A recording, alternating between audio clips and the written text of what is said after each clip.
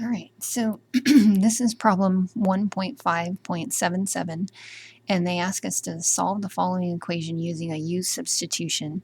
And this problem would actually be easier if they had written the p squared minus 12 in parentheses right there. Because it's important for us to be able to see the p squared minus 12 as a unit. Because if we see it as a unit, then we can see that we have something going on right here with p squared minus 12, and then something going on right there. Okay, and so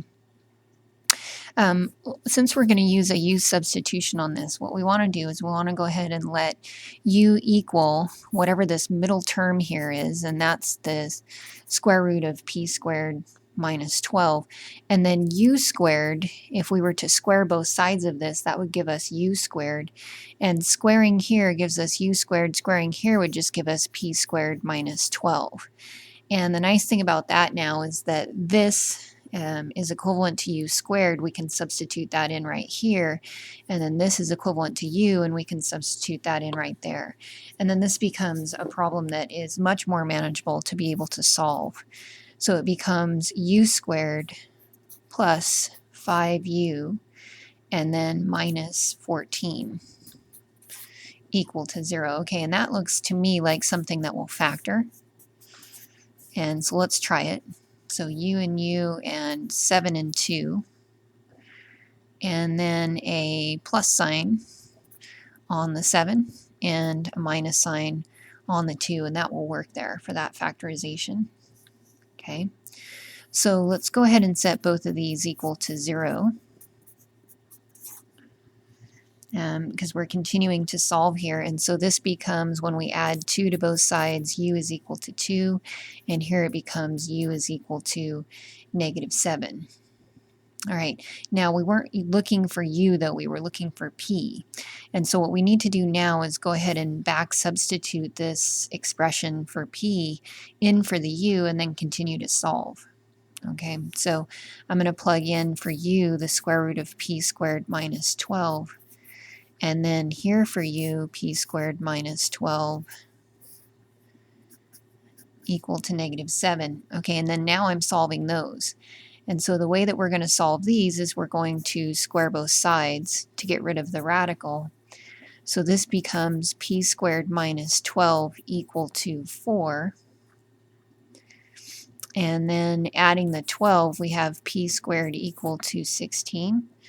And then taking the square root of both sides. And here we'll get p is plus or minus 4. Right, so those are potential solutions. We're going to actually have to check these, because whenever you square a radical like this, you have the potential of introducing extraneous solutions. And so we'll need to actually check these solutions. So over here, if I square both sides, I have p squared minus 12, and then here I get a positive 49. And then now adding 12, and looks like 61, so that's p squared equals 61, and then taking the square root of both sides, so p here potentially being plus or minus the square root of 61. All right, I'll tell you what, I don't want to check that one. Let's go back and just look at it. From this position right here, can you ever have a radical equal to a negative like this? It's just not going to happen, right? Because this is a positive radical. So this isn't going to happen. So these solutions, when we check them, aren't going to work. And since it's kind of an obnoxious check there, I'm going to say, let's go ahead and conclude from that point in the problem that those aren't going to be a solution. Okay, but let's go ahead and check these. My dishwasher is going. I'm wondering if you can hear that. I hope it's not too loud. All right, so what we had was we discovered that p is equal to plus or minus 4. And so to check this, then what we're going to do is plug this back into our original equation and just see if we get a true statement or not. All right, so here's our original equation. So plugging, let's start with p equals positive 4.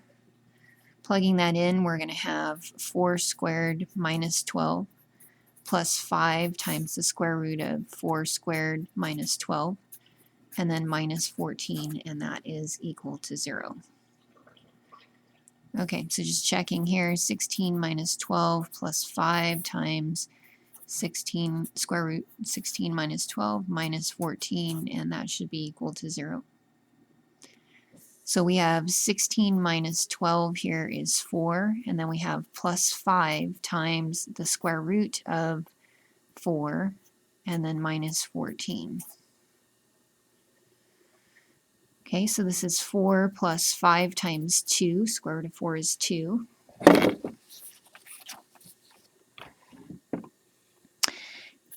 And then just continuing to do the math here, this is 14. This is 10 plus 4 is 14, minus 4 is equal to 0. Okay, so that checks. So p equals 4 checks as a solution.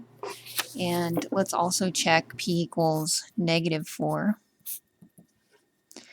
Okay, so that's going to be negative 4 squared minus 12 plus 5 times negative 4 squared minus 12, and then minus 14 equal to 0.